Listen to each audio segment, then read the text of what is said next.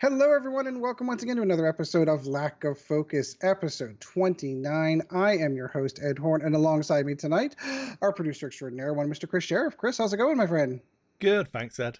So once again, we're down to men. Chris, I'm sorry, Chad is working his way progressively towards coming back to the show. He and I talked today. He is this close, just this close to coming back, but unfortunately, he is not going to be able to join us tonight. And then, unfortunately, right before recording, Sean said that he had a migraine and was going to bed, and I can't complain. I can't beat him. So No, tonight's show we're going to try to do a real quick. We obviously did a little challenge for the points change, and that's going to be the main topic for tonight. So let's just roll right into flight deck. Chris, I think you probably have a lot more to talk about than I do. Most of my stuff is non X-wing related, but I'll let you roll ahead and roll with it. not really. I think last time we spoke, had I played X-wing, and then I think was where I got crushed a lot of times. So, Last time we spoke, I actually played more X-wing than you did. I oh, was like, okay. I've actually But played games this week. in that case, I'm not sure I want to talk about those games then. I played a few games, and I just was getting demolished.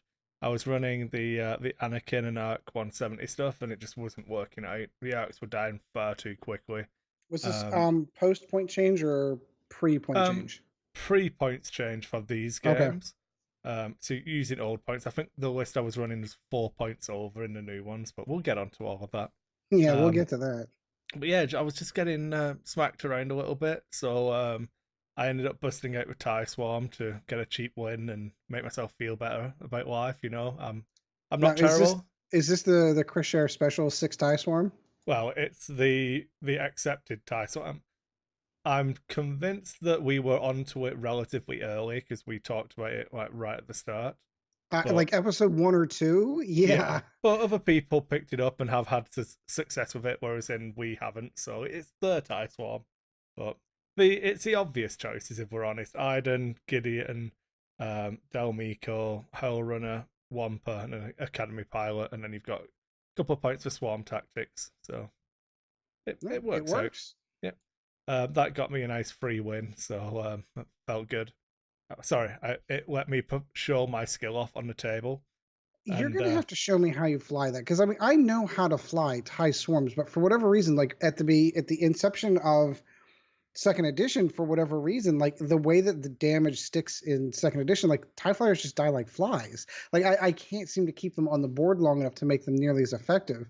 So is it a question of Delmico doing all of the, you take just or you just don't do anything.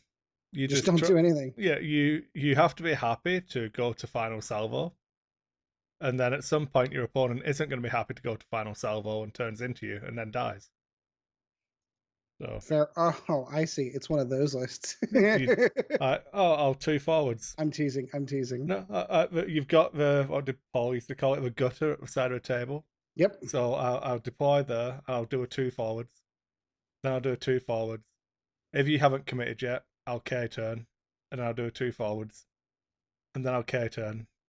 And at some point you'll get bored before I do, and then it's game on. I turn my ties into you, shoot you, you die, and yeah, fun. Yep. Just That works. yeah, never commit with a swarm, and you'll be fine. And then I did play a game under the new points with my Poe and 3A wing list. So I've been waiting for a resistant transport to come out because we've not seen it in Canada yet. So I had to Really, it hasn't. no Are you we guys behind we or? don't have well it we don't have Barnes and Noble here, and it's not out in normal stores yet. So So it's still um not technically official, even as we're talking about this. no, the points change is on the 10th, so this will come out Yeah. on the 9th. So the point change is the 10th, and I believe they should be on the street on the 11th because they changed the shipping now in the middle of last week. So I'm thinking they will be available on the 11th, touch wood. Hmm. But but yeah, so the list I had to run was Paul with like Black One, R2 Astromech, um, S Files, and Heroic. Then Lulo just had Heroic. I had to drop Crack Shot off him. Tally had Crack Shot. I dropped Pattern Analyzer. And then Zari had Crack Shot, and I dropped Pattern Analyzer again. Yeah, So those are like extra added bonuses, kind of cool, but not pivotal to the list. I can kind of see well, that. they felt like they would have been pivotal. I got my first loss with that list of that archetype anyway. I'd won every game I'd played with it before the other night or 2 nights ago now, and I was flying against two Curaxes, a Star Viper, and an Escape Craft, Ooh. and I just it was Grax the Hunter, um, the other Initiative 4 named Curax, who I can't remember now. Um, and the it wasn't even Guri, it was the one who the Star Viper who rotates 90 degrees after a move. So it's like loads of funky, fun stuff. But the Curax had a hull upgrade and a shield upgrade, so a decent chunk of health. But I shot at it for like 7 turns and just didn't kill it. Um, he bit onto Paul, so Paul did his usual like black one. The turn he needs to get out, regen some shields, come back into a fight. The A wings were all chipping away, but I just couldn't roll more than one hit. So I really felt the loss of those pattern analyzers. Um, like me and my opponent were laughing about it. It was about 3 or 4 turns where I ended with focuses just on ships because I just didn't roll any focus results at all to spend. When I was Oh. taking target locks, I was rolling. I think twice I rolled blank blank focus into blank blank focus with a target lock. Um, Oh. so it was one of those games. Um, I I killed L3 pretty quickly. I put consistent damage onto the beefy Curax, but because it didn't go down, he kept getting some shots because it's then 3 arcs to try and dodge rather than two. And it was I'm not gonna lie, it was pretty frustrating because I felt like I wasn't taking too many risks. I felt like I was playing relatively safe, making sure like I'll take one shot with one of my ships because I need to do something somewhere so I can focus fire. And I was getting multiple shots on the target I was shooting. I just couldn't get the damage through. Um, I I'd evade one hit every time, but he'd roll two, and then he'd evade two, but I'd roll one, and it was pretty rough. Like It's especially whenever you feel like you're flying well, like you're not making any mistakes. And I again, yeah. I jokingly always say I hate to blame dice because there should be other ways to mitigate all of that if you're playing well enough. But sometimes you'd like to be rewarded for flying well and say, "Yep, I got you in 3 arcs and I hit you 8 times."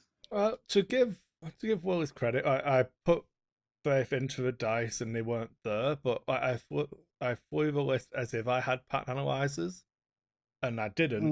Mm. So maybe I'm comparing my offense output to that list, and it's not the same list without the pattern analyzers. So maybe I should have adjusted how I was flying it. Um, I'm not overly worried. Like I said, it was not the list I want it to be because I want to put the resistance transport in it to get a couple more hit points in the list, get a nice easy coordinate in there, and I think that that'll hang a little bit better anyway. I just need to decide which A wing I'm going to drop, and as much as I'm enjoying Lulo, I'm Oh tempted. no, I was I'm afraid you were going tempted. to say that. I Well, that means FFG did the right thing with the points for Lulo going up to 44, I think he is now. But because I will tell you originally here I in a was like, second. whatever he went up to, I was like, I'm going to keep Lulo and probably Tally and drop Zari. But I really enjoy flying Zari because like 3 or 4 times in this game, I managed to just get. He was moving first after I killed. Oh, sorry, she was moving first after I killed L3. So I just swam into the ships that I was going to be shooting at, and then get my focus and a boost around, or barrel roll and a boost, or like focus rotate my arc and stuff, and getting my double actions even after bumping with Zara is really good fun. But the initiative 3 is pretty tricky that you don't always get that, and yeah, I don't know. Yeah, We'll see. 43 points was what Lilu got bumped up to for the Yeah, record. so 44 with heroic, but Well, yeah, that's kind of yeah. stapled on. Yeah, Well, absolutely. I'm again heroic. Just frustrated me as well because it with Lulo I was not stressing myself because I took 2 damage really early. so I wanted him to like tank up a bit of damage whenever he was the one I was presenting to get shot. And I'd roll. I had Tally's ability, so he was rolling 5 dice for some reason. It was at range 3 or obstruct or something. It was a 5 dice. I had a focus token. I rolled 4 blanks and a focus. You're fucking kidding me. The number of Five times I blanks so used I to do can. that with Suntir fell with a stealth device through a rock, the number of times that I still got hit was absurd. And that was back in 1.0 But it's days. fine, right? If I roll 5 blanks, I can heroic it and get a reroll. But no, there's a focus in, and it's not like it was an evade to actually evade something. It was like, if you want to evade it, you've got to spend that focus. Oh, screw you, game. Screw you. But no, it was good. I'm not salty, Will. It's okay. No, not at all. We'll play again, and I'll get my revenge after I have my resistance transport. He does actually listen to the show most of the time. So in a week, and well, actually a few days at the time we're recording this, because of course I had to screw everything up. Well, technically, the 4th of July kind of screwed everything kind of over for our recording schedule, so we are a little bit closer to that date. Yeah, well, I think I sent out a message on like last Sunday or Monday, like it's the 4th of July, is that going to screw us up? And it was like, yeah, probably. We'll go for Wednesday instead. And we couldn't do Wednesday, so we'll do Saturday. And we couldn't do Saturday, so we're doing Sunday. We'll get there. It's okay. Yeah, everything kind of fell apart. I apologize for all of that. I take all the blame for that. Oh, it's fine. Like I said, we're going to actually keep a run going that we haven't actually missed an episode yet. Yeah, that's the goal. We obviously had that hyperspace episode where we had that content recorded and it was going to be an in focus one, but then we couldn't record, but we had content, so we put it out. So. It's something we should. It's probably off show conversation, but we might want to consider just recording a couple of games with a post point change, and in the event that something like this happens again, just have that queued up and boom, just kind of release it. Yeah, having some backup content's always good. So. Yeah, not a bad idea. Yeah. So, anything else in your flight deck? I've had it for a while, but I played Dinosaur Island. It's really good. And you were supposed to tell me what the Transformer TCG was like too. Oh, so I opened my starter packs and then I didn't have to play in the events. They already had even numbers, so I didn't play a full tournament. But Transformers was pretty interesting actually. It works. You have your Transformers. So we did it as a 2-pack quick draft, not draft, right? A 2-pack sealed. So you open your 2-packs, you get 1 large card, which is a Transformer, and you get 1 small Transformer, and then like 9 battle cards, which is your deck. You get that twice, so 18 cards in your deck, and then you've got 4 Transformers to pick 2 of effectively. And interesting. Now, how do the booster packs come? Like, are the booster packs big because they come with those Transformers in them? So it's like a tarot size card, but a little bit wider. But it's all like in cardboard, so the card can't get damaged, which I thought was pretty nice because I was worried about that as well.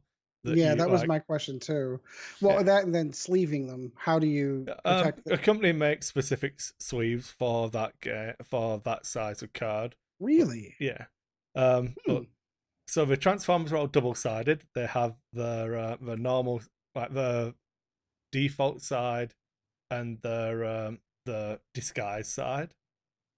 So you all start off in disguise. So I was running Ratchet and I can't remember. It was some small one from I don't even know. Anyway, I assume that game's split into 2, like Autobots and Decepticons too. Yeah, for the draft, for the sealed thing, you can just play anything. You can play Autobots and Decepticons on the same side because you've only got 2 packs, so you might have to. If you only get Autobot big cards and Decepticon small cards, you have to mix. So, gotcha. You start off in your disguise side, and then you alternate. So I'll have a turn. I pick a Transformer which I can transform. Then I can attack one of yours, and you tap it, and it's a Wizard's game, so it's actually called tapping, which makes it simpler. Oh. All of the other games where you've got to like kneel or exhaust or do these other things, you can just say tap now. It's not like infringement on On wizards an that can, IP, it yeah, is what it is. stupid people.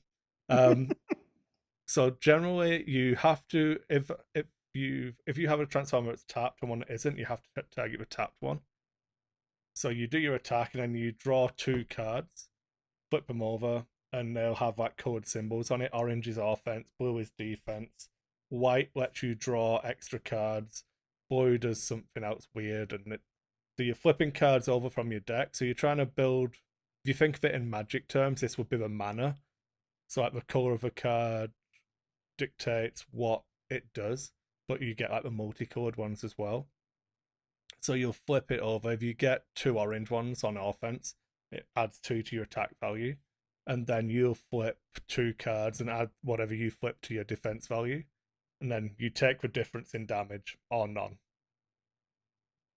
Then you So ultimately, is the point to the game to kill your opponent's yeah, you're just trying to Transformers? yeah. So you're going face is hitting transformers. Okay. Yeah, you don't hit there's no summoner or planewalker to hit. So You there's no player like I'm not hitting you if you don't have a transformer available. I need to kill your okay, I see where yeah, you're the going. transformers you build a team of points first. So well, I think it's 25 points worth of transformers in a standard game. Like if you're playing Devastator, for example, you get the 5 Constructicons and then you can transform them into Devastator, and smash things, and Metroplex is 25 points, but he's 25 on his own. But he comes with 3 other Transformers hidden inside him, so every time he flips, one of the little ones comes out.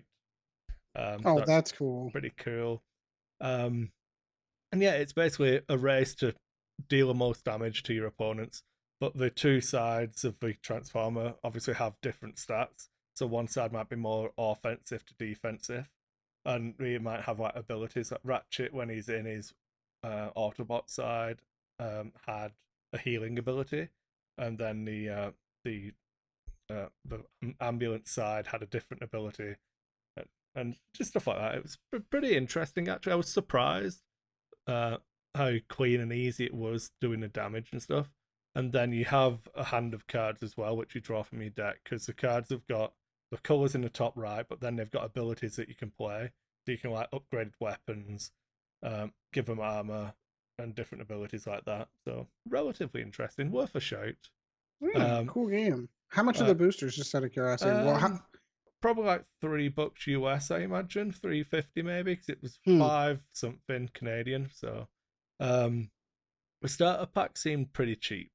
Um, I picked up the original one from Wave 1 and then the Wave 2 starter pack as well because they keep them in print, or they're all still currently in print.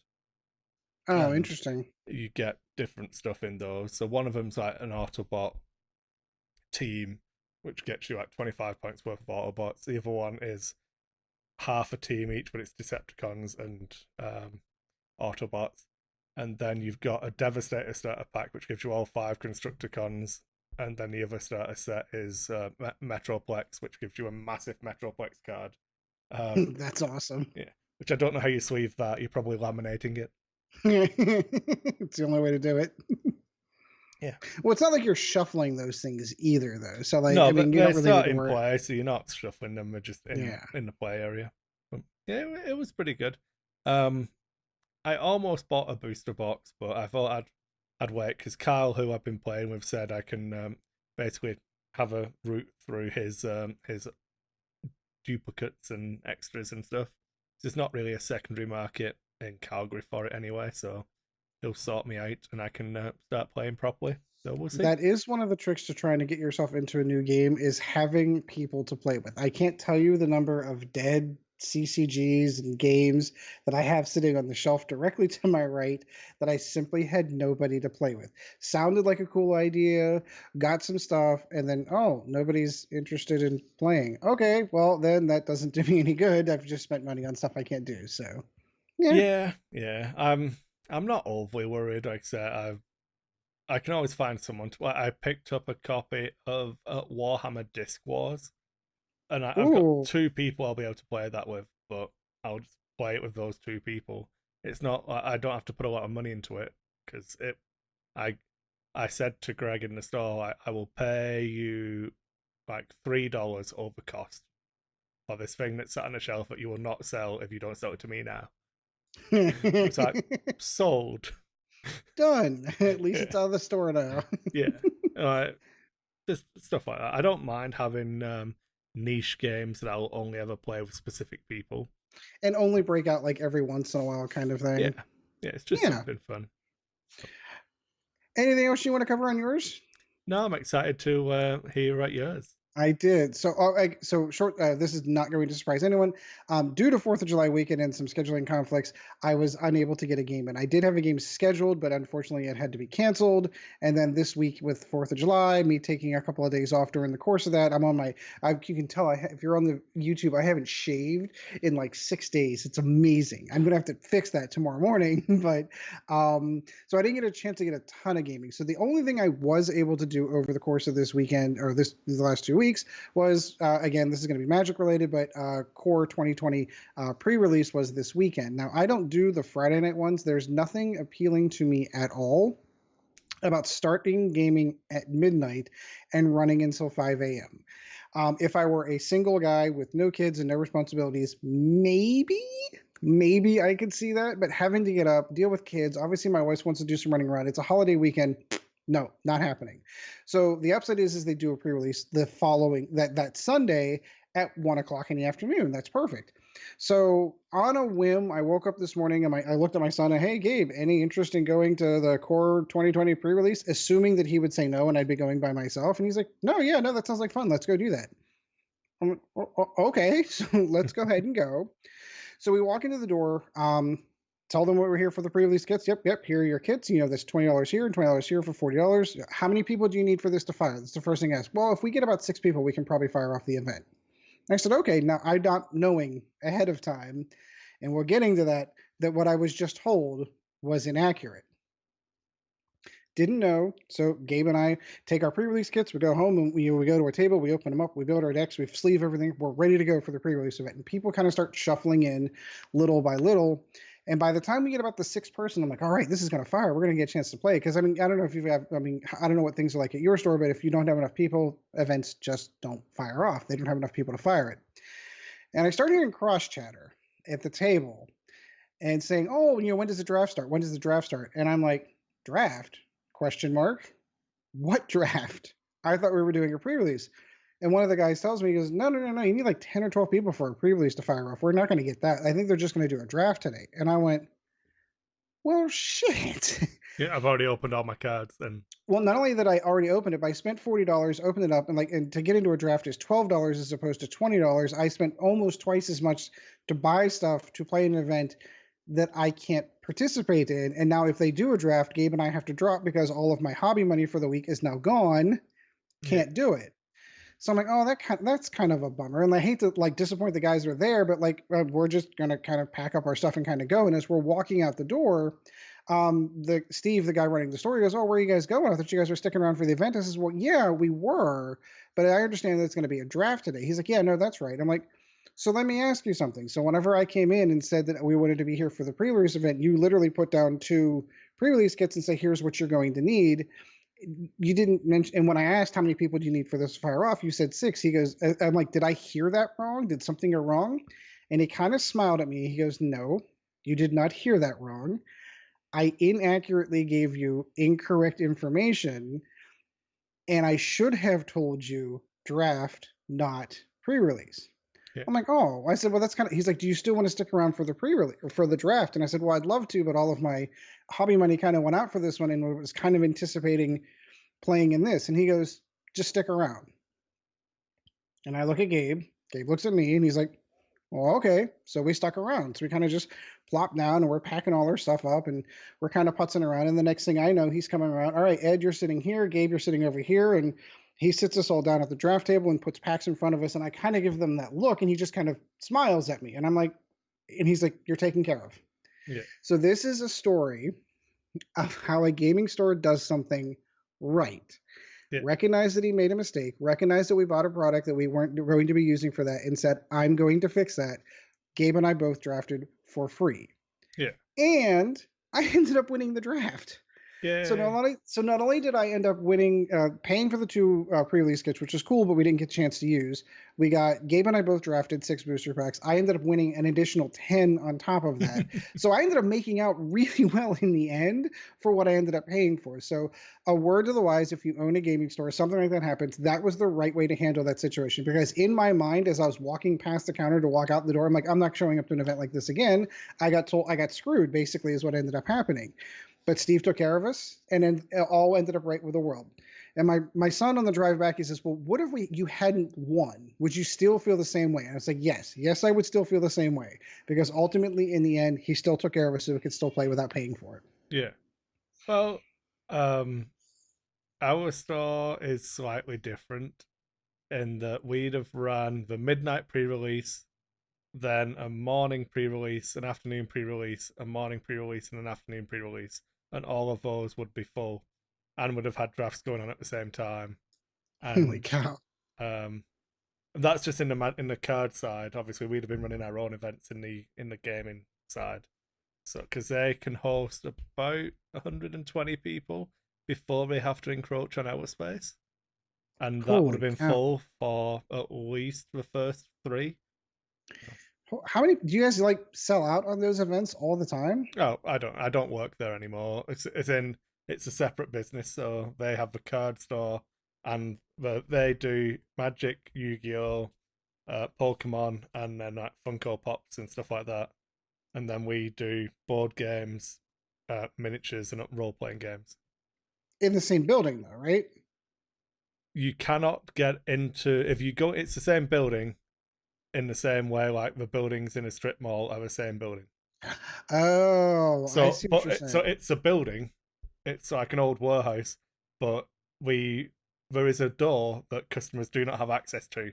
So I've got a key to get into the back room from our playing area if I don't want to go outside. But like a customer can't walk from our side to their side; they have to go Oh, interesting. out of our door and around to the other one.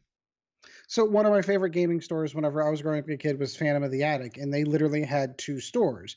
Phantom of the Attic Comics, which was in Oakland, 2 blocks away from Phantom of the Attic, the gaming store. So if you were interested in comics, you went to that store. If you were interested in the gaming side of it, you went to that store. They were the same business, same owner, same everything, but two separate locations. So I totally get that. That's interesting. Yeah, So it's yeah. good. I it's always busy weekends for pre-releases. It varies slightly on how good the sales. Obviously, people know all the cards nowadays before they hit the shelf anyway. But generally they're sold out. Like the midnight pre-releases, you could probably turn up to. The Saturday morning one pretty much sells out 100% of the time. Saturday afternoon one, you might be okay, and then it tails off after that. But we wouldn't have problem firing the actual pre-release, shall we say? Hmm. Yeah, so so there are two stores locally here. I almost debated going to the other one that's actually closer to me. There's a lot of history behind why I don't go to the closest gaming store to me.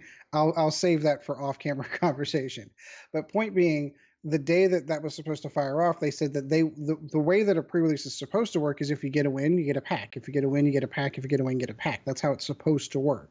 They announced on their Facebook page, yeah, no, it's going to be a Swiss, and whoever wins Swiss wins the full booster box. So I'm like, well, I'm not going to win that. I mean, there's a lot of good. So I elected not to go to that store. I wanted to go for the other one. Like, if I could squeeze out a win or two, maybe I can get an extra pack or two. I had no idea where I was going to go with. So that's kind of the situation that I ended up into. So, long story short, that was my entire gaming for the last couple of weeks. Yeah. Oh, it's interesting. Well, I know when I used to do Magic drafts, we used to do. We didn't. The winner of a draft didn't win packs.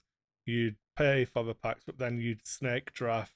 It's the the legendaries. Ooh. So you'd collect all the legendaries after a draft, put them in on the table. Whoever won got first pick, and then you keep going around until they were all gone. Oh, that's interesting. That's an interesting way to do it. I like that. Yeah, it's interesting. I don't know how popular it is. Again, it's better between friends type things. you can buy a box and draft a box between you, and then you're still playing for something because it's who gets what legendaries and rares and stuff. Um, because like you'll get the people who just take the money card regardless of what it is, and then I used to just pick something cool that I wanted for a deck. Yep. It's funny too because the guy that my Gabe was drafting right beside, he goes, I hate drafting an uncommon over a rare that I know is worth money because I need it for my deck, and that's what he did. And Gabe went yoink. Yeah, It's like I will take that one, thank you. I will take the money. You're okay. I'm good. If I don't lose, if I don't win a single game, I'm good. Thank you. Yeah, That was his strategy. Mine, I just go. I have the same strategy I always go with. I pick a mono color and I just stick with it, and it did me well today. So yeah. that's how it worked out. All right, that's that. All right, so much for all of the non X-wing related conversation. We're gonna go ahead and move on. Oh, what do you mean 30 minutes in and we've like not really discussed any X-wing? It's fine. That's not true. We had your flight deck. That doesn't It's count. me losing, so it doesn't count. I don't enjoy that talk. I don't enjoy that conversation. All right, so main topic.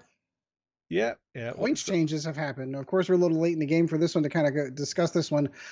Do we want to cover the contest first, or do we want to kind of like go over some of our holy cow that actually happened kind of? I think we'll keep our predictions as the main part of the main topic. So maybe hit the bullet points of what you were like surprised by. I was thinking, or like Sure. disappointed by anything you felt went too far. That kind of thing. Like hot takes from it, but what we wanted to avoid because, like I said, we're not. We've been out for nearly 2 weeks now, so I don't want to like Oh yeah, no. I mean, we're worry not too telling much anyone. about hitting them all. Yeah, we're not telling anyone anything they don't already know. Yeah. Something I sort of anticipated was going to happen, and they most certainly did do, is they took a big old hammer to the old Rebel Beef list. So things like Braylon Strom got bumped up and Wedge got bumped up. Imagine that. I mean, you could still do the list. You're losing a lot of upgrades, and you're running basically a lot of naked ships, but that kind of went down. Yeah, so surprisingly, one of the games I lost was to Rebel Beef, and it was a 119 point list. So that felt good, Playing, 119 points. sorry, 219 Oh, points. 219. Yeah, Oh, yeah. So that makes sense. yeah. Absolutely. So playing with the old points, but when you know the new ones, and I was just sitting there going, Well, it's interesting that Wedge was the only one to go up. Cassian Andor was the only U-wing to go up. I mean, you kind of see that one coming. And of course, I don't want to spoil it, but you were definitely on with a couple of crew choices that may have gone up in points to an exact number. Um, Empire side, was surprised one of the A-wings or the Alpha class Star Wings went up. Major Vindier. Vinda, yeah. He's Yeah. been seeing some success in extended events as I think it's called Hatchet Man the squad. It was like Vader, Vinda, and something else that I can't remember. Hmm. But like you just give him it used to take protons and advanced protons, so there's nowhere you could go. And then because he can do stuff like when he slams and things, and he'd just wreck you, and you'd have to deal with him, which let Vader do stuff, and it was one of those hard choices style lists, which was doing relatively well. So Well, they took a hammer to that because they also bumped up Vader. I didn't see that one coming. That one's a surprise for me, to be honest with you. Vader didn't go up that much, did he? Let He me do- double he went check. only went up. He only went up 2 points, Yeah, but at 65 points for a small base ship, I really felt like he was points costed pretty well. Obviously, they disagreed, but it doesn't change my opinion of the ship. I mean, because obviously anything that went well in that list with Vader plus Vinder, or Vader plus Sunterfell, those ships went up in cost. Just those ships, not the chassis, just those pilots went up in yeah. cost. Well, that's why I wanted to try and say like start picking specific pilots because I had a lot of problems when we did the first points predictions, trying Mm, to like figure out. Well, only this one went up. The other one of them went down, one of them went up, and then some of them stayed the same. So I need to start doing differentials divided by the number of chassis. We'll just pick yeah, one card. one card, one card. Um, Other things, real quick. Obviously, the TIE Advanced chassis, all of it went down across the board. Interesting. We're not seeing a ton of that. One of the ones this was a low fruit hanging that I totally missed. The TIE Aggressor. everything across the board. The low end one's at 28 points now. That's a good call. Never really Yeah. see those. So I think the point with the aggressor was that it was just playing worse than a tie bomber. The only Yes. reason to take it was like none of the turrets are good because there's only the two turrets. Only one of them was hyperspace, but I suppose that's irrelevant because the aggressor was in hyperspace. But it's there to carry barrage rockets, and the bomber did that better. So it's now cheaper to take a barrage aggressor than it is to take a barrage bomber. So Mm-hmm. it's now an actual choice. Everything of the Phantoms went up from the indoor all the way up to Whisper. Kind of saw that one coming. The one I didn't see coming was the Decimator not only coming down in points, but getting an additional crew point. So not only did it Yeah. come down in cost, but it also got an additional slot for crew, which I was not anticipating. So the interesting one that I've seen for a decimator is that you can now do. I'm just gonna build it to make sure I'm not lying to you, but you can now do Palpatine. Then you can have Seventh Sister, and then you can have. If you wanted to keep the points down, you could go with like Fifth Brother, which gives you 3 force points. And you know That's how, gross. but Palpatine isn't limited to only spending 1 force point a turn. Palpatine's not once per turn. Oh my god, that's gross. It's not really. So the cheapest way of doing it is on a patrol leader with Palpatine's seventh sister and fifth brother, and it's still 97 points. Yeah, And but if you you only regen 1 force a turn, so you get one turn of going. Palpatine's going to do this one and this roll and this roll. Oh, then I'm done. yeah, but that's going to be the turn that everything comes into play and you're blowing stuff off the board, Yeah. so it'll work out that way. The Your other thing that I'm sorry, go ahead. just to clarify on that one, remember it would still be once per opportunity. So if you roll triple focus on Fel, Palpatine can only spend one to do one. Correct. Correct. Worth mentioning. Scum and Villainy, almost down across the board on all the changes. There were a couple specific pilots that went up, but a whole bunch that went down in chassis. So I don't know, just kind of the IG-88s, the aggressor went down. What was the other one I saw? Everything from the fire sprays went, excuse me, went down. The Hawks went down, with the exception of Paylob. Jumpmasters down. Kirax down. Lancers down. Um, Kimagillas down. It just runs down and down the list. You have a couple of things like Guri went up, okay, and then Locke went up, okay, but even like the YV666 down across the board. Like there's only like 3 red icons in the entire list, and then everything else that's a change is in blue. So maybe they're trying to say that Scum isn't getting the love that they deserve. The ones that affect me, so like Ventress coming down to 74 is almost Oh, tempting. mm-hmm. You can field 3 Shadowport Hunters. So once you start getting into that level of, what was it, below the 66 point mark, or 66 or below, you get the triple option. Still don't think jump masters are cheap enough to be worth considering. You can It's take funny to 4 me. contracted scouts, but It's funny to me how that list dominated first edition whenever it first came out, and they're so wary about what that ship can do that they're still overcosting it for it. yeah. What else? Anything? Yeah.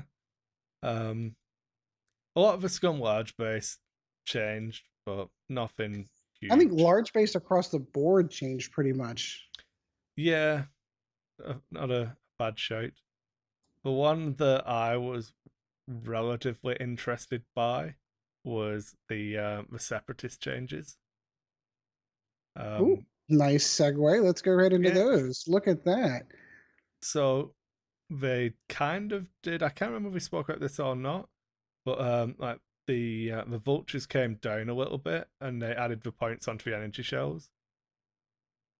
Which So is is the that right way to do it. We talked about that almost at yeah nauseum. Like that's yeah the right way to fix something. yeah? Because I think we spoke about it more in regards to dedicated when we were talking about torrents. But like if dedicated was a problem, put the points onto dedicated. If you don't want people spamming the vultures with energy shells, put the points onto energy shells. So yeah, Yeah, they went up to 5. That was pretty. that was my list that I was playing. So the one that you played against, I think, where I ran that list against you, that came down 11 points. That's interesting. That is really interesting. It lets me upgrade some of the vultures into hyenas. It does. It Yeah, does. so that's pretty cool. I'm That happy is with pretty that. cool. Darth Maul and Count Dooku both went up on the Sith Infiltrator on those. Kind of saw that one coming because that was like I've seen people do well with running those two, which I thought could happen. Hmm. But I still think you've got the points to run both. I mean, that still puts you at 130 points, gives you 70 points of upgrades. With the changes to things like hate and proton torpedoes, basically, it, they want you to still be able to run the two of them, but just you have to make some choices. You can't put everything on all of them. So I'm not overly concerned. Like some people have been saying that kills the infiltrator. I don't think it does. I think it kills that version of the list, but I feel like the ship's still pretty good. Yeah, I think the ship's still Maul pretty good. especially. Yeah.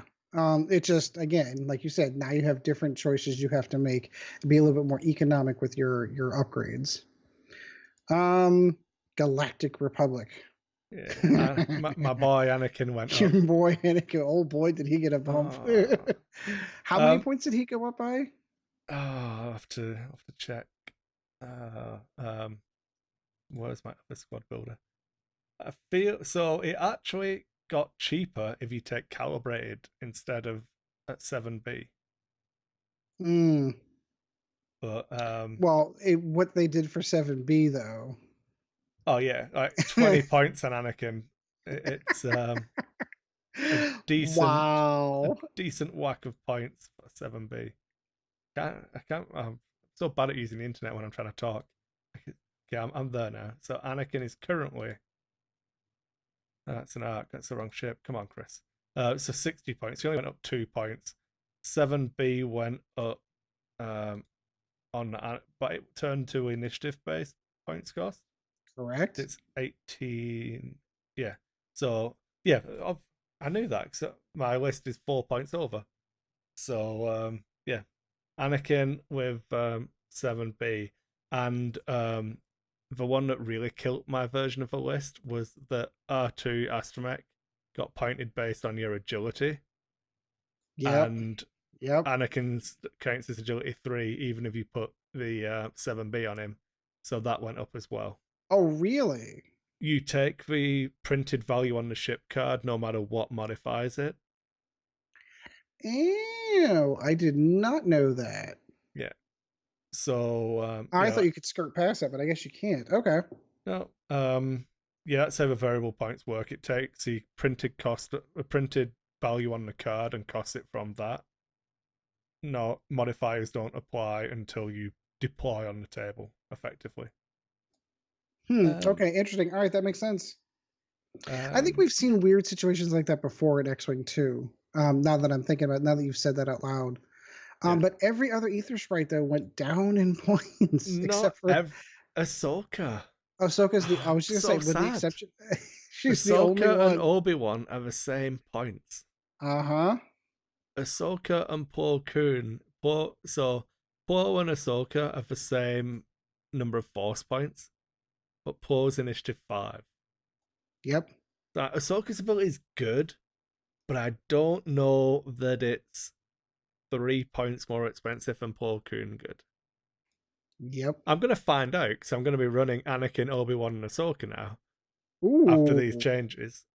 Ooh, that sounds like an interesting list. I'm gonna go with Anakin with calibrated, Obi-Wan with 7B, and Ahsoka with 7B, and then see if I can make that work.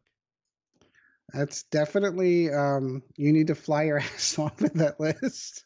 Yep, I'm looking forward to putting it on the table, seeing what I can do. Especially Anakin becomes relatively cheap in that list, so V19s went down across the board as well. Interesting. The ARCs 170s went down for the most part. Sinker and the generic didn't change, but everything else went down. So interesting. Yeah, Yeah, the Delta, I was surprised by that. I'm I'm a little bit sad that the torrent. I'd have liked to have seen more come off the Blue Squadron Protector, and also from the seventh uh, Squad 7 veteran, because I still think jumping 4 points for the initiative and EPT for the arc and 3 points for the torrent is still a little bit much, but did uh, they did give you something. So, and dedicated went down as well, I suppose. So Yeah, yeah, dedicated is only 1 point now. I think it was three last time. I'm gonna check. I think you're correct. I think it was 3 points for it. Dedicated, yeah, it was 3 points. So maybe my if dedicated was the reason, so I have to play test it now and find out. But yeah, we'll see. I'm excited. What's I really want Galactic Republic to be my go-to faction because it's so cool. But It is cool. You get Jedi all over the place. yeah, it's just cool. But I'm struggling with my list building with it, so we'll see. All right, moving on to the Resistance. They saw, with the most part, like the Star Fortress went down across the board. Your A Wings, we kind of semi hit on this one, kind of went up almost across the board. Even the generics, Zari and Greer are the only two that remained untouched. The YT-1300s went down across the board. I think that's a large base ship thing. I think they've auto corrected large base ships now twice. Yeah, I'd love to look at a comparison between when they came out originally and opposed to where they are now. T60, T70s went down for the most part, except for the big ones. Po, Elo, Nien, those are all still the same points, but some of those mid initiative ones like Jess, those are kind of, and obviously all the generics kind of dropped. 45 points on the low end for the Blue Squadron rookie though. That's pretty that's pretty good for a T70.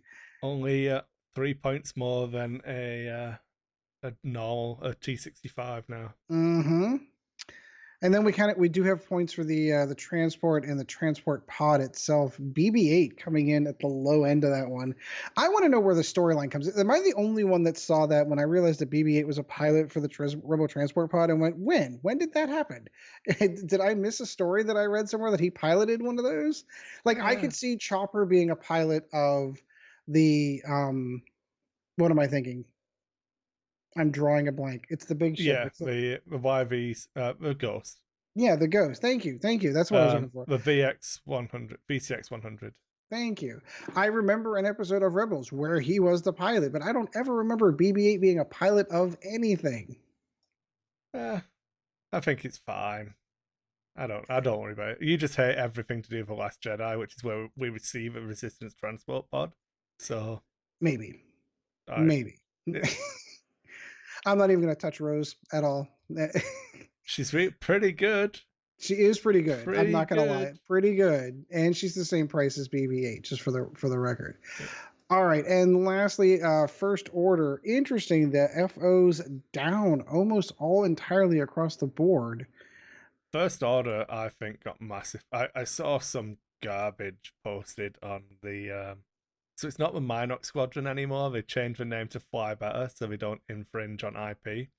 But there Yeah, was but I some don't know. utter. Okay, we'll It get into was that it argument was later. random listener people, not the Minox like hosts. It wasn't Ryan or D typing the site, but Huh. there was some proper garbage on the. Like Kylo stayed the same, and the ups ones all went up, so the faction's dead on arrival. It's like get a grip. Yeah, you literally quite it. All of the upsilons went up with the exception of Dormits, Who um, got the emergency up? who'd already gotten an emergency update to that. But yeah, everything else went down. Silencers except for Kylo, and then the test pilot stayed the same.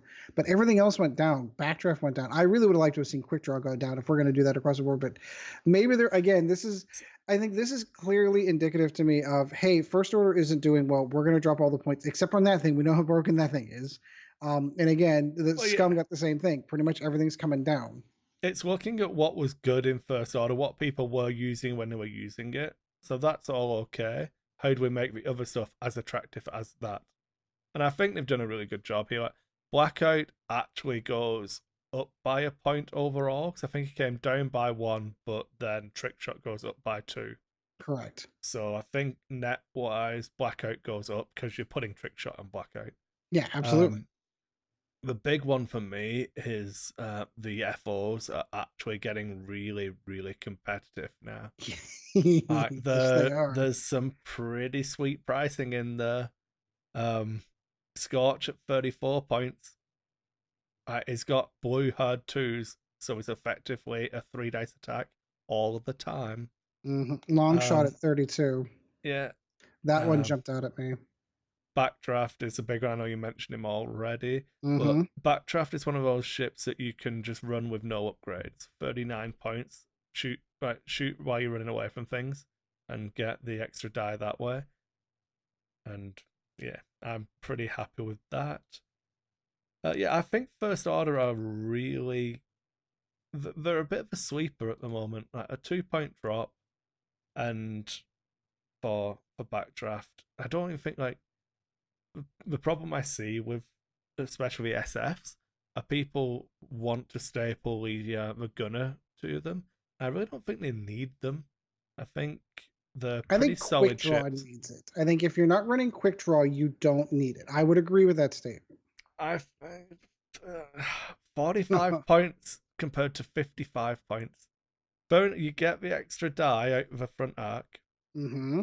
but you negate some of Quick Draw's ability if you've got the arc pointing backwards for a double tap anyway.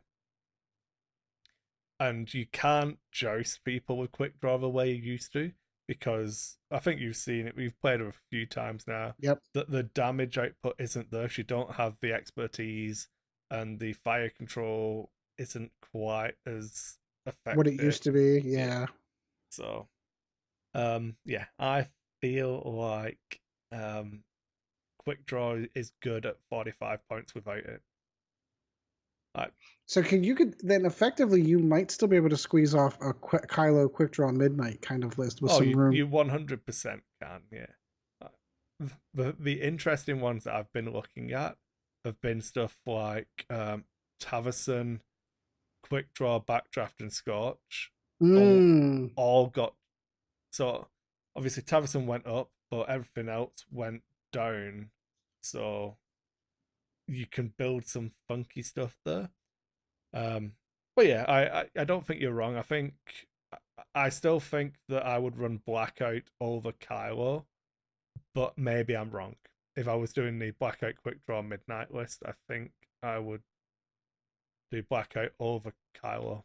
But Yeah, and I liked that variant to be honest with you. Because I started off with the Kylo with the Supernatural Kylo, but then of course Supernatural became way too points inefficient to run on him. Which, in my opinion, I think that's where Kylo dropped off is whenever Supernatural went kind of down the pipes. So Blackout coming down. I mean, again, like you said, you're bumping up by a point with the way they did Trick Shot, but still everything else in the list kind of came down. I think you still have some more. I think it's going to be an interesting list. I think I might have to revisit that after points change. And we yeah, inadvertently covered all of it. Like I mean, obviously our quick hit points kind of on that on yeah, those. it's fine. Yeah, So, so we'll go through our over under because um, here we are. We went with Resistance Transport. It was a new ship, so we didn't have an original cost. It cost 32 points. Somebody got it spot on. That was you, Ed. You got it spot on. Yeah. woo! I was 1 point off. I said 31, so I was 1 point too low. Chad and Sean shot for the moon here and what in the 40s. Um, Ooh. so they were fairly far off. Leia Crew was our next one. It was 2. It changed to 6. And I I went said 7. I said 6, so I was spot on this time. You were a point off. Yep, I was a point off on that one. But Um, when I saw that, I kept thinking about what you had said, the analogy that you had drawn in that show where we had done that, where you're like, they just, comparing it to the flight navigation yeah, and how it's supposed to balance out. You are right. That is probably the right one. yeah. Um, then Chad and Sean both got the right direction. Obviously, it went up. I think Chad threw 1 point in there. Sean said 2 points up. Then we had Duke at 5 points. You said 7. I said 7. Sean said 7. Chad said Duke was fine at 5 and left it there. So three of us got it spot on. Chad was Down wrong by there. two. So Chad's not doing well at the moment. Chad is the most wrong for the first three. Then we had another new ship, the N1. We went for whatever cheapest N1 was going to be. And I believe it was 34. I'm just going to double check this now because I'm like fearing that I'm cheating you. Getting live updates. Yep, I'm pulling it up as myself. Let's see if I can find it. No, it is 34. I did not cheat you. I thought I'd. 34 points. So I said that the cheapest one would be 33 points. Ooh. You said the cheapest one would be 32 points. Yep, I went the other direction. So you're closer. You're less wrong Yeah, than I am. I was. So I did a yellow color on my little spreadsheet of almost. If you're within a point, you got yellow. It's almost there. Can I Um, put it? Can I put an asterisk next to that? What if after the next points change it comes down to 32 and I come back and retroactively get that if you right? want to pick it as your card for the next points change, Maybe we'll see. We'll see. then I feel like Sean and Chad like just threw darts at this one. This is the start of the end. For Chad said 24 points, Wow. TIE fighter level. So 10 points off for Chad. Yeah. No way. Sean said 22, cheaper than an academy pilot. Wow. So I'm gonna say here, I'm gonna give Sean a benefit of the doubt and say that I think he might have been thinking in 1.0 money. Because Yeah, maybe. like putting that would put it at 44, which I think is a better guess than 22. Sorry, Sean. Yeah, that But puts it at the handmaiden score at least. yeah. Which Sean was the most wrong on that one at 12 points off. So Oof. Oof. then we had the TIE Defender, the Delta Squadron, cost 70. FFG, come on, please. I just want to run three of them. Why? I mean, I'm Yeah, not going to complain. They did come down. it came down a point. It went from 70 to 69. Yeah. So Chad actually said 68 on this one. So he was the closest out of all of us. You, being the buffoon that you are, said 66. Yep. I said 67, and Sean said 65. So he was giving you points to play with Yeah, he was. on that. Then we had Oddball. Ooh. No, So that is Republic. yeah, so he was 42 points. Which chassis was this on again? This was on the torrent. The cheapest Okay. Oddball was 42 points. He came down to 35. Holy cow. Dropped. You said 35. Did I? You Holy did. cow. I guess You're a that. genius. You were spot on. Oh, I said 34, so I was only a point off on that one. that's because you really wanted to be lower. I did. I wanted all of them to get cheaper so I could just swarm torrents at people. Heck yeah. Well, for the most part, they all did, except for the generic. So, sorry guys, you're not here to defend yourselves, but both Sean and Chad said it was going to get more expensive. What? No, they weren't here So, for argument. Yeah, they were here for the argument how bad that his ability is. So there's a chance that they thought that it was talking about the ARC version, not the torrent version, but we'll see. Maybe. If you compare it, what did they say for the ARC 170 Oddball? Came down to 52. Mm-hmm. So yeah, they were both closer to the ARC costing. than they were to a torrent costing. Maybe we'll So post. I'll give them a benefit of a doubt that they were shooting at the arc, not the torrent. But that's not the question was, so we still get it wrong. Yeah. It's like when you go to professor, it's like I meant to tick A, but I actually my tick went into a B. But oh well. Yeah. Um, then we had the cheapest hyena.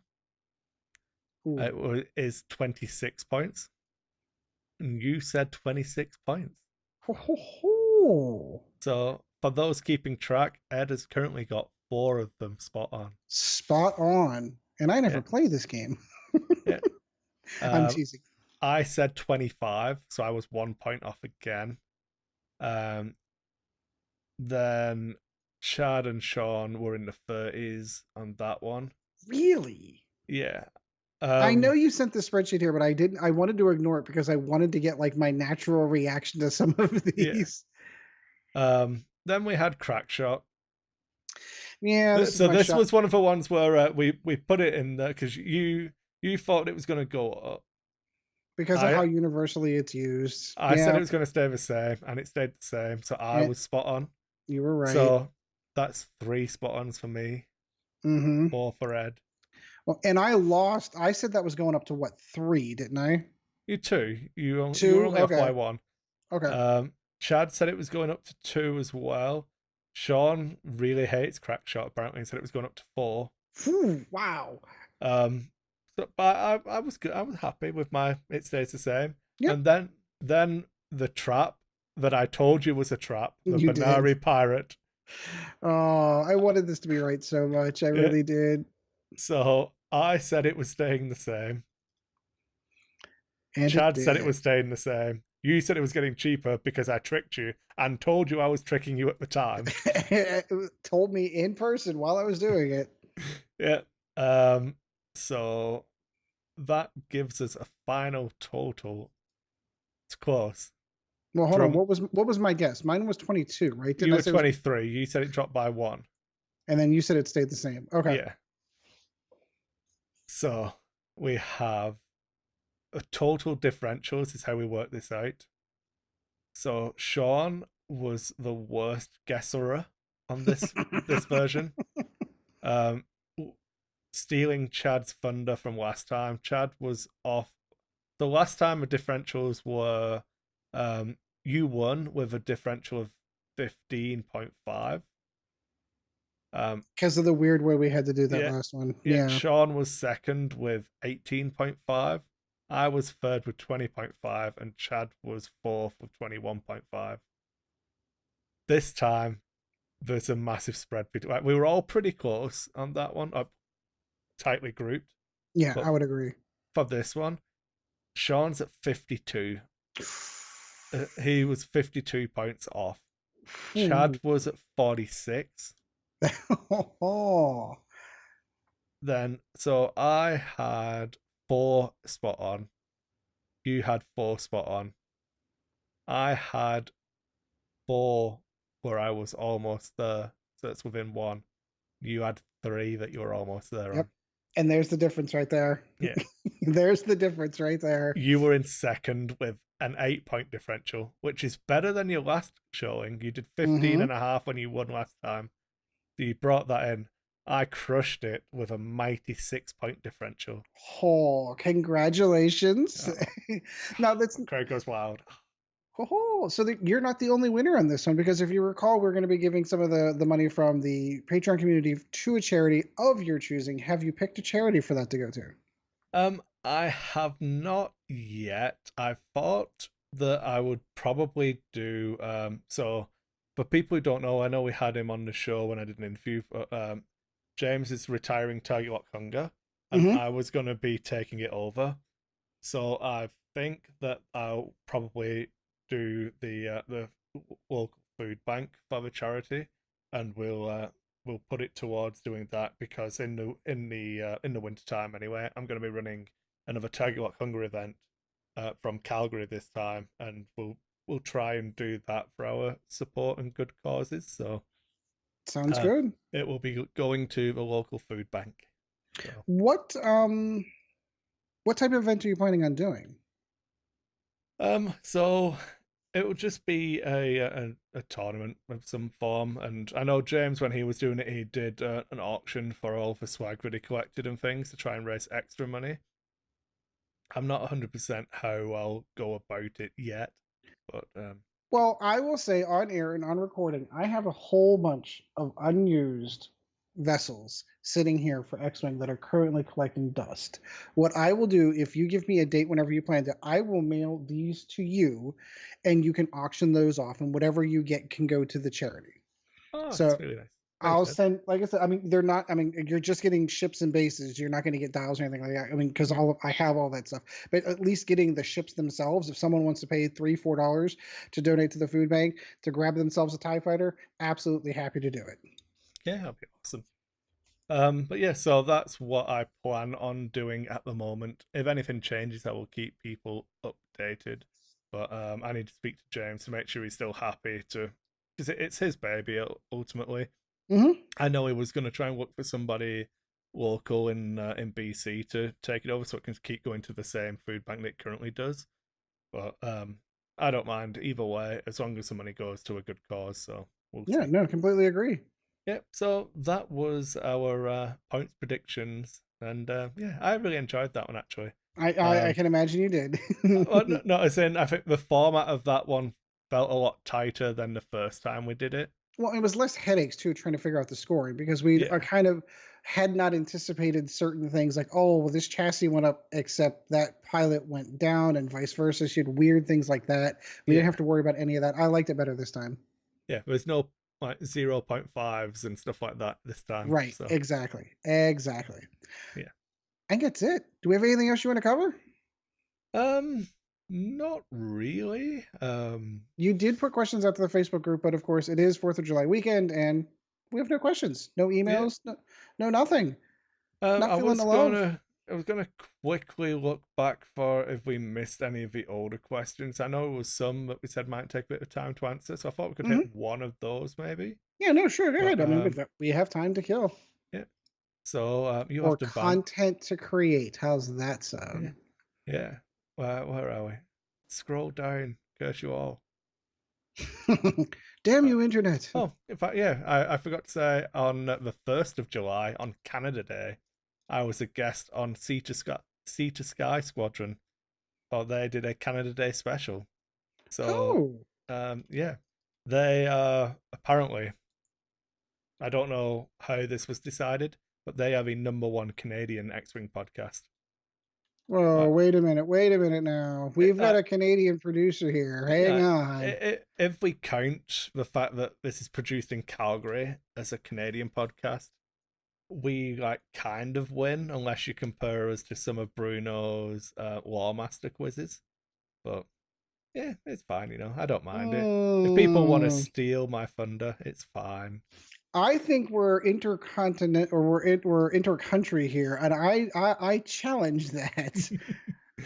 Well, if we get people keep tuning in and listening, like listener base is growing every time actually, so I'm pretty excited. I think I was saying off air, it's like I feel like we're now one of the bigger fish in the small pond.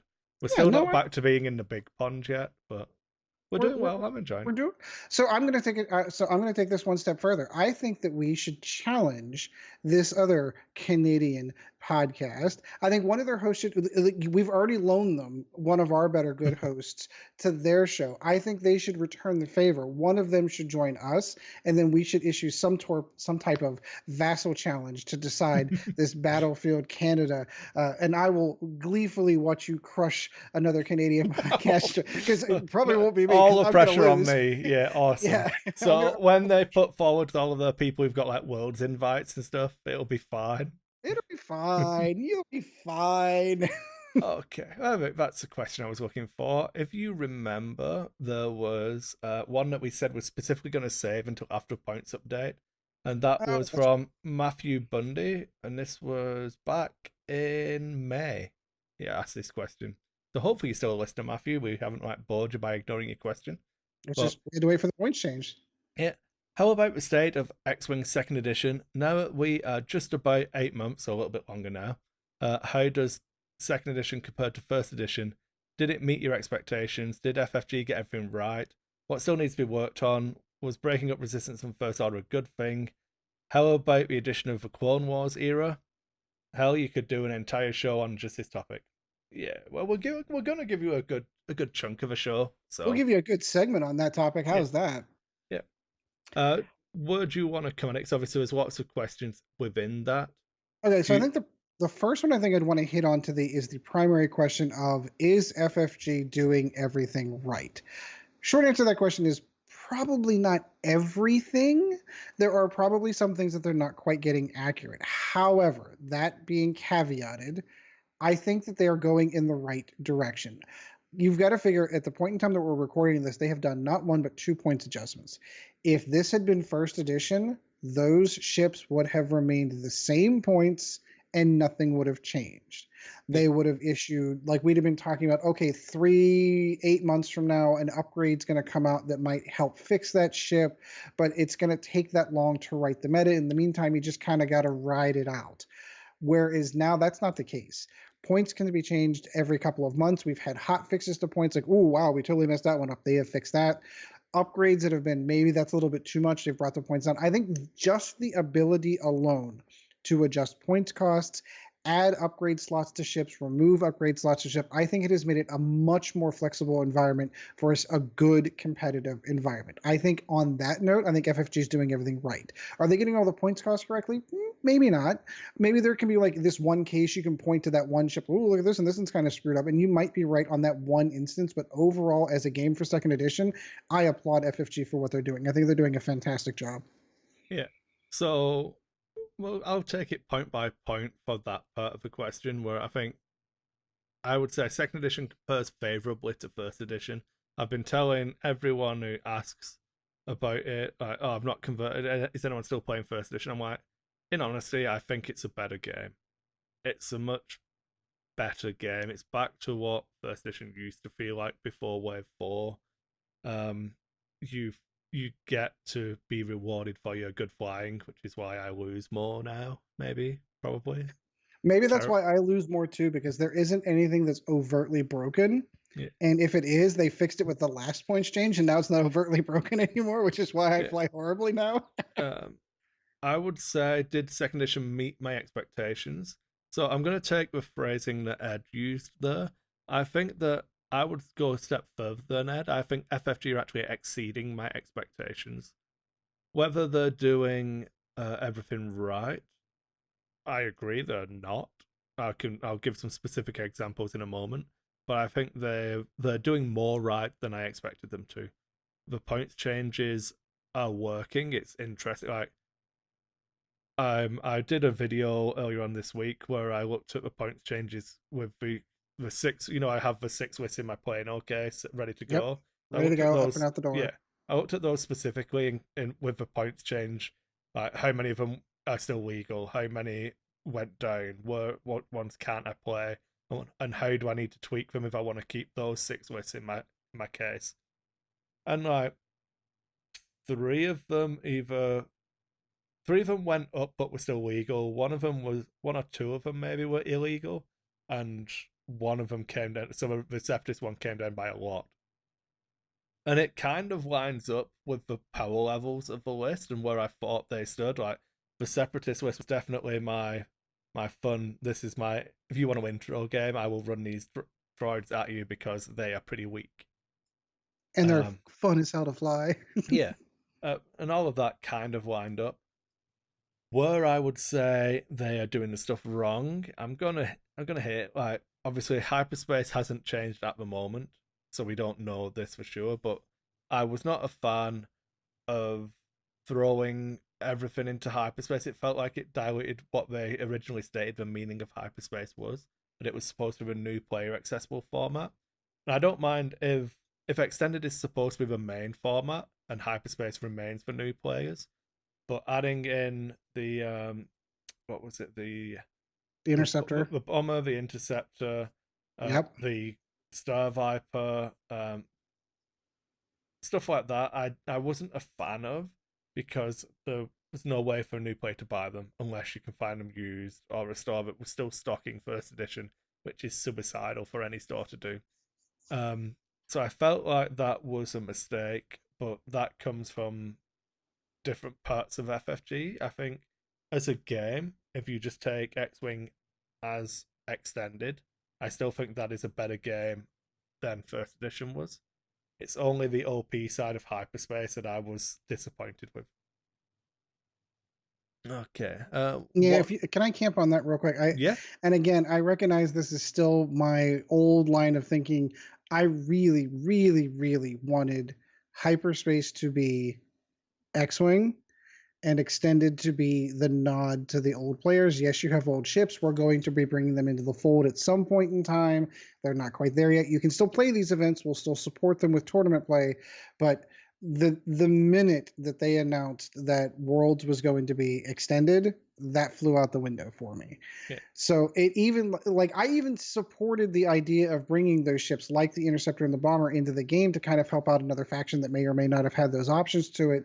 But ugh, like I thought that's the reason why they did that. That's what I thought they were leading into when they made those changes was Worlds is going to be hyperspace and not extended. When they didn't go follow through with that, to me it almost feels like there was a design shift on that. Like that was the original thought, and then we're going to go this way instead.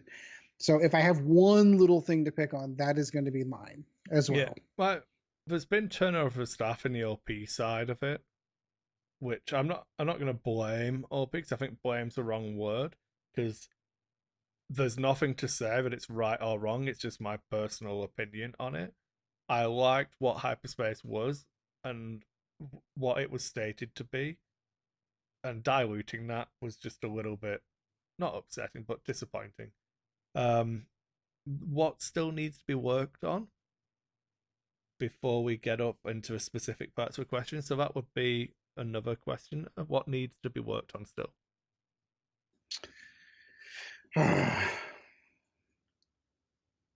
I don't know. I think Do you want me to shoot?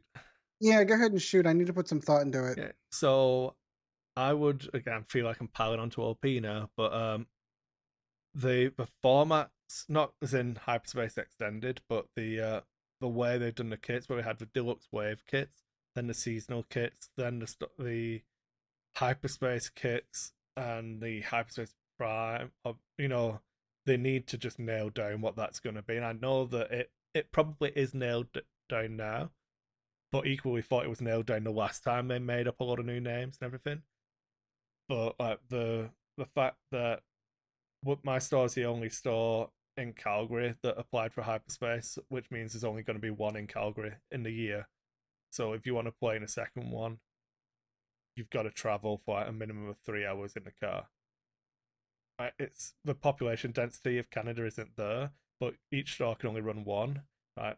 I feel like a little bit more communication with the locals might have been in order, like a way for us to reach out and say, can we just bend the rules here? Can we get a second kit for a second run of them? Because I feel like our situation isn't what each store only being able to run one kit a year was designed for. So I would like to see some work on that. But again, that's my personal feelings on it. I don't know that it's necessarily a big complaint, but I would like to see more done in that regard. I think they're definitely reaching out and doing a lot more work. Like they did an OP stream where they spoke about the world's announcement, how tickets were going to be. Like the last I checked, there are still tickets available for X Wing Worlds and have been on sale for Uh like huh. 2 weeks now.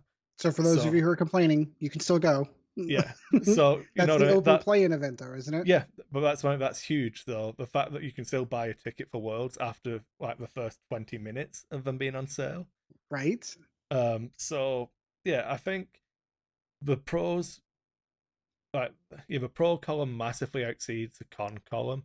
So I don't want to feel, I don't want to seem like I'm piling onto OP. I think they're doing a tremendously awesome job, but in specific regions, there's things that they still need to work on.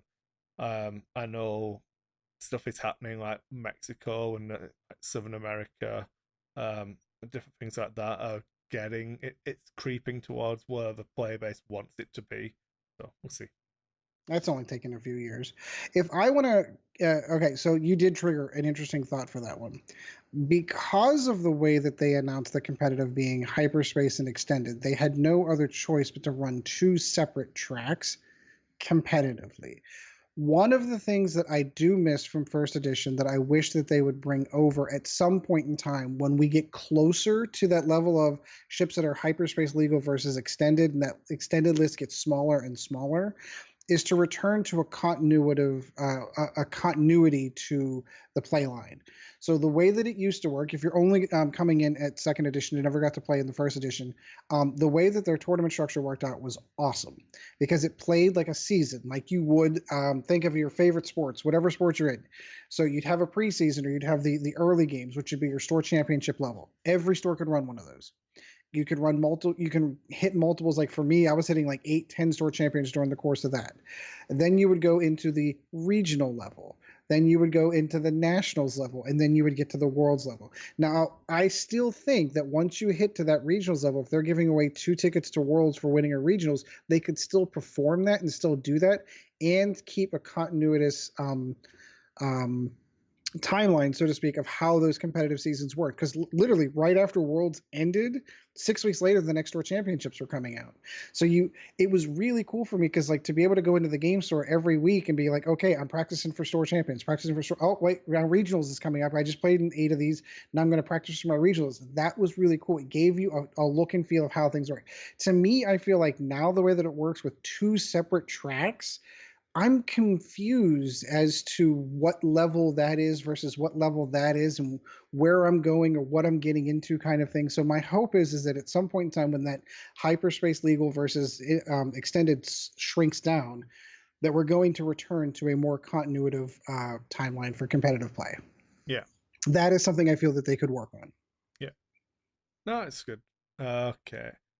Was breaking up Resistance and First Order a good thing or meh? Breaking them up, I mean, as in pulling them away from the Galactic Empire and um, Rebels. the Rebels, it was a good thing. Yeah. Ultimately, in the end, I think it was weird to me to have ships come in at first edition with different set symbols and have them play together. It was always bizarre to me that Kylo Ren and Darth Vader could be flying on the same table at the same time. And this is just the Star Wars geeky nerd in me going, that doesn't make sense to me. Yeah. It just doesn't. So I think we've talked about this before. There are other miniatures games that have multiple factions, and each of them have their own pluses and minuses. So the question, one of my big questions going into second edition was, are they going to be able to make these factions feel different, or is this just Empire with a new skin or Rebels with a new skin? And I think they've done a pretty good job differentiating between how each of the factions feel different. Yeah, I 100% agree with that. I think First Order is still a little bit of a weird one because the aesthetic is very much Empire but black and white. So I think like the defining ships for those aren't the ships that they probably want to be the defining ships. I think the Upsilon was the defining ship for the First Order, and they keep going up in points.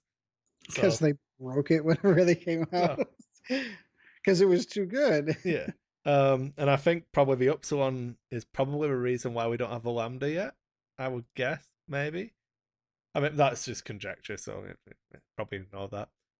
Resistance definitely feels like where with Rebels, I feel like they work best with one or two names and lots of generics. I think the Resistance work best with one or two generics and lots of names. So Yeah, I feel like I agree. Resistance and the Rebels are different enough. The meat of the First Order, being the silencers and the SFs, I think are really really interesting. Um, it kind of rolls on into a lot of stuff that we spoke about very early in this podcast. Not this episode, but like back when we were starting about when we covered the breakup of the factions and how it's easier to balance multiple factions with less ships. I think the catching up in ship numbers, they'll never get there entirely unless they do releases in the way we did Scum, where like Scum were getting 2 or 3 ships every time the other faction's got one. Well, But in some instances, just I hate to interrupt, but it's a question of canon ships to be able to add. Before Disney took over LFL, they had the ability to go back into the Star Wars Legends and pull ships out of that and bring that into the game. Now that's something that they're not currently. It's interesting to me that they've grandfathered some of those ships still in existence. I've always thought that was weird. That I thought some ships, like the Hawk, for example, I was convinced wasn't going to be hyperspace legal ever, and it is. But like for example, the First Order, we've only seen a handful of ships on film. I think I don't. There may be another ship that was mentioned in a book somewhere that hasn't come out yet, but we haven't physically seen it. And we know that the silencer is now smaller. The new one. I'm keeping my big fat silencer. Thank you very much. I I'm want getting that rid of thing my to. big fat one, so I'm going straight It's down to the beta sleek lean silencers. I heck like the new yeah. ones. Um, but like I think once the trilogy's done and we explore more of the Star Wars universe, I think we'll see more ships for them. And obviously, we'll roll it into the next question with the addition of like the Clone Wars era. I think like those factions getting extra stuff and getting beefed out. It won't take. I think they will feel like full factions by the time Wave 5 hits for the Clone Wars. Resistance, I think, are in a decent place if they ever get large bases correct. First Order is definitely. That's the weird one. I think. Well, I think First Order are stuck in. The aces are really, really good. So I think that they probably work in a similar way to Resistance, in that there's less generic play, but when Imperials have really good aces as well. But uh, it feels a bit harsh to judge them as Imperials with shields, but They that kind of are. that's probably the hardest one to get the design space right. Um, I feel like the fanatical side of it, like they're taking something away to get better at something else. Like once your shields are down, you get this. Scorch, when you suffer a stress, you do this. It's an interesting thing, but I don't know how much it comes across on the table. The like extremists and all of that. I don't know.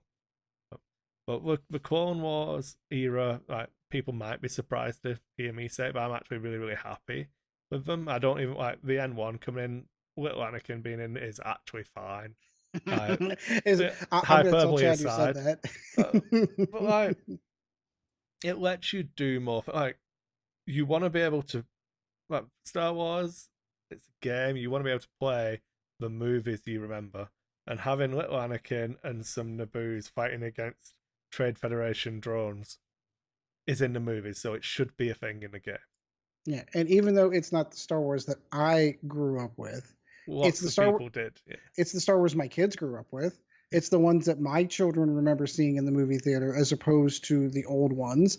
So the Naboo Starfighter is more important to a different age group than me, and I can accept that. I was always opposed to the fact that they didn't want to put the Clone Wars era. I always thought that that was a weird decision to make. Like, Yeah. well, why wouldn't you? You're bringing stuff from Legends that's from older area, which is outside of the realm of the films. Why would you take a whole era and a whole awesome cartoon series full of cool ships and say, yeah, no, we're not going to do that? That I, just never made sense to me. I kind of get it when it was LFL, not Disney and stuff like that. That they wanted to keep it within a tight time frame. That it was this game is set in the Galactic Civil War era. But then as soon as they added in Resistance and First Order, I feel like it was inevitable that we got Clone Wars. So See, I would go back even further. I think when they added Scum, it was inevitable. I think once you started adding, when they added another, keeping in mind, again, if you guys are or haven't been around playing the game as long as we have, the game started off with two. It was Imperial versus Rebels. That was it. That was X-wing. When they added Scum to the game in a whole new faction, holy cow, did that upset the tables when everything's coming? Because that was something. Wait, there are other ships.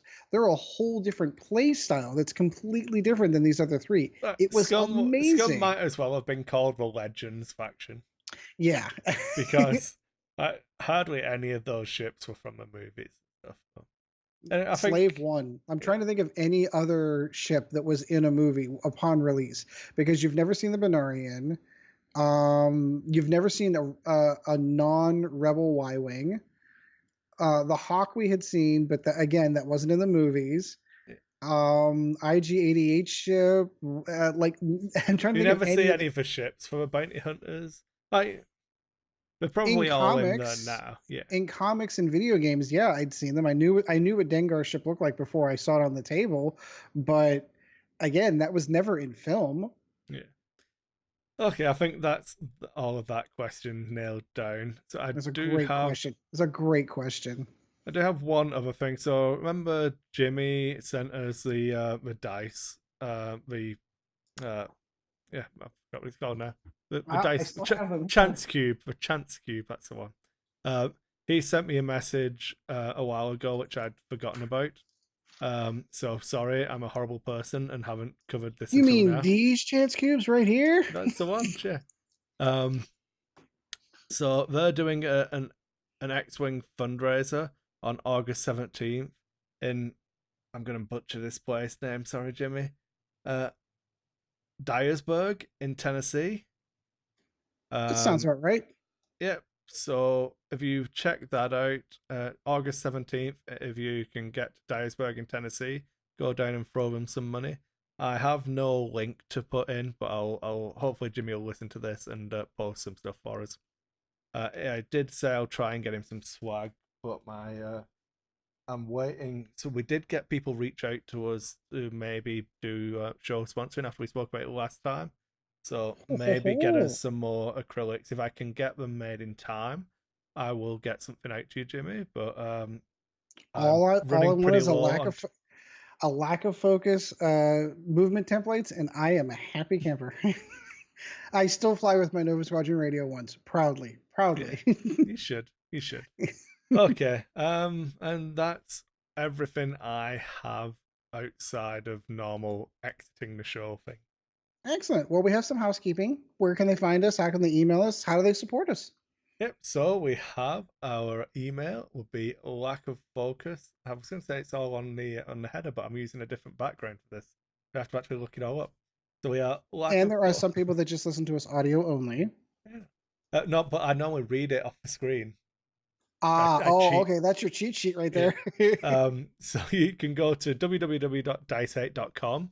That is our new upgraded website. We're still a little bit light on content because Ed hasn't written a lot of Magic the Gathering articles for us yet. It's been a Um, busy 2 weeks. You're right. but that is, we've got some decent plans for that. It's got some X-Wing content on there. There'll be links to everything on that web page as well. You can find us at Lack of Focus Podcast on Facebook. That's where we put out all of our listener questions, and there's a link to the group in there if you want to chat with us as well. We have a Dice 8 Discord, which I think there is a link on the Lack of Focus Facebook page to that. Uh, you can We should put that email on the us. website. I'm on the website right Yeah, now. It looks good, man. there's a link to Discord on the website and the I chat. will make sure to hop on that right now. Yeah, there it is right there. How Yeah, you like that? yeah. Then you can go to sorry, you can email. I'm all confused now. You can email us at lackoffocuspodcast@gmail.com. That's where we get all our emails. You can reach out to us via Facebook Messenger. And if you would like to support the show, we really appreciate everyone who does. You can find us on Lack of Focus on Patreon. We don't have like multi-tiered rewards. Just if you throw us any amount, $1 an episode is awesome. I mean, we're at the point now where the fans of the show actually pay for the hosting of the show on Podbean. I still pay for the Dice 8 one myself, which is fine because that's just for people who listen on SoundCloud, and Podbean has been the bigger platform for us. And Really? That's interesting. yeah, I never know the best way of doing it to try and make sure we're hitting all of the different listener Maybe it's bases. maybe it's just me and my damn Apple devices. I always went through iTunes. iTunes was always my way to do that So kind of stuff. we are on iTunes because it links through into iTunes and Google Play. I set up Google Play again to make sure it was working. We're on Spotify. Well, you can listen to us lots of different ways. If there's a way you want to listen to us that you can't, please reach out to me because I'm actively trying to find the best way to get the show out to people. And yeah, I don't know. I'm pretty sure I missed something. But giveaways. I'm a terrible person. Still haven't mailed out all the stuff, but I need to start the pile for the next one. So let's have a look. While What you're looking there, I'm going to fill some space. Did you happen to mention the YouTube channel at all? I did If not. Did if you not. want to see our happy shiny faces and you're listening to this in audio format only, you can go to Chris's Dice Hate of YouTube channel and you can watch us talk about all this fun stuff. Yeah, you can. So I have. I'm trying to find something Chris is growing interesting. his beard back. How can you not want to see that? What about some of the older Fade tokens? We can throw those in. Ooh, those aren't the The old ones. Those are the no, the but next, yeah, the limey green. the Uh, limey green ones. yeah, I've got my dark green ones. I love those. yeah. So what we do for that, at the end of every month we do a giveaway where we roll some dice against our patron numbers, and Quite someone in the literally, roll Patreon. dice. I have them Yeah, right here in front of me. yeah. Shows you how small our Patreon is that we're not at the point now where we still can't roll with a die yet. We've not had to try and find a D100. I have one right over there. I don't have to go look. It's right there. I can see it from where I'm sitting. Yeah. Then if you want to see us talk and blabber on even more, you can catch Ed on his YouTube channel talking Magic the Gathering. Oh, that's true. I guess I could drop that in. If you are interested at all, I am playing quite a bit of Magic the Gathering Arena. We're currently going through Core Set 2020 decks, and that is Old Guy Gaming, MTGA. If you go ahead and I think I've earned enough now that you can just go to YouTube/ Old Guy Gaming MTG. I think that is currently the website. If not, just look up Old Guy Gaming. My icon is the OGG. And if you're a Magic player and you want to see me play Magic badly online, by all means, try it out. It's fantastic. I'm up to almost 500 subscribers. I mean, well, almost by 417.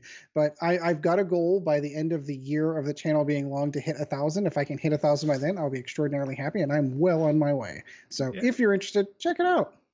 Yeah. Then if you want to hear me talk about D&D with some other interesting people, I This have is a a good new one. I've been listening to this. This is good.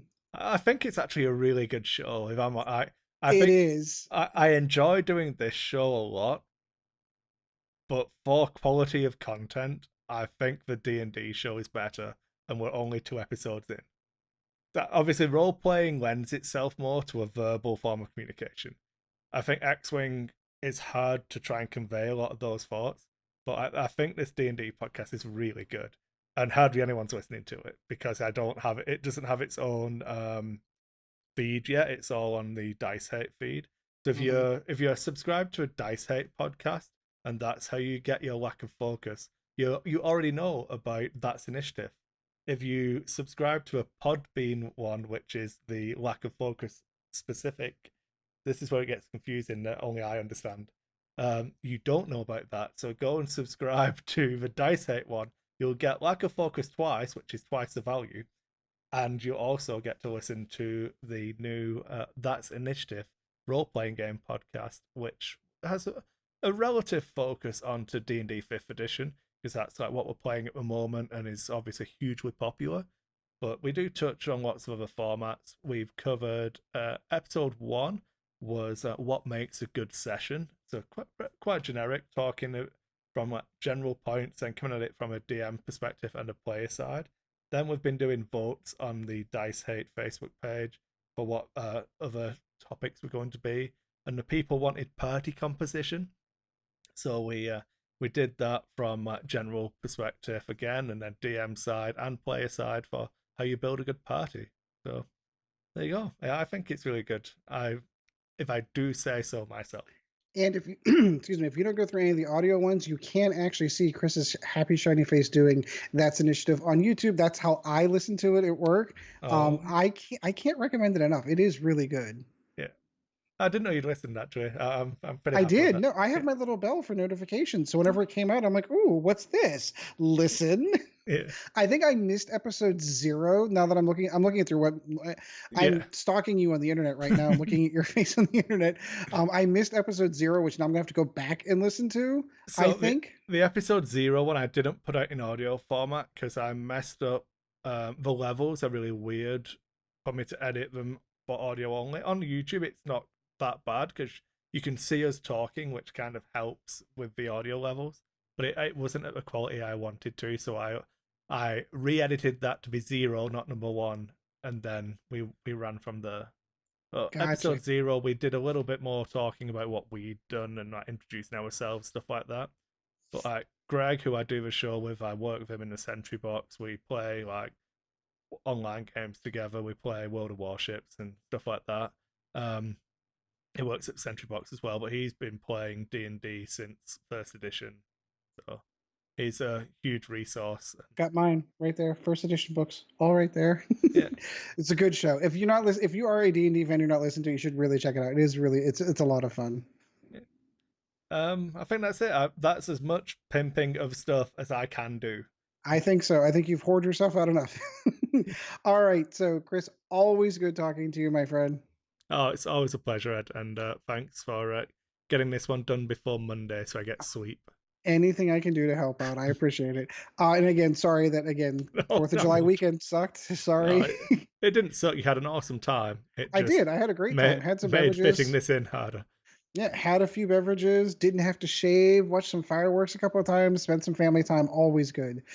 So that's going to do it for this episode. I think next episode, hopefully we might have some of those Canadian co-hosts on, and we can talk about this best podcast in Canada business that has been brought to my attention. But until then, guys, as always, fly casual. Thank you once again for joining the Lack of Focus X-Wing podcast. Check out Dice Hate Productions for all the latest episodes, and we'll be looking forward to seeing you again next episode.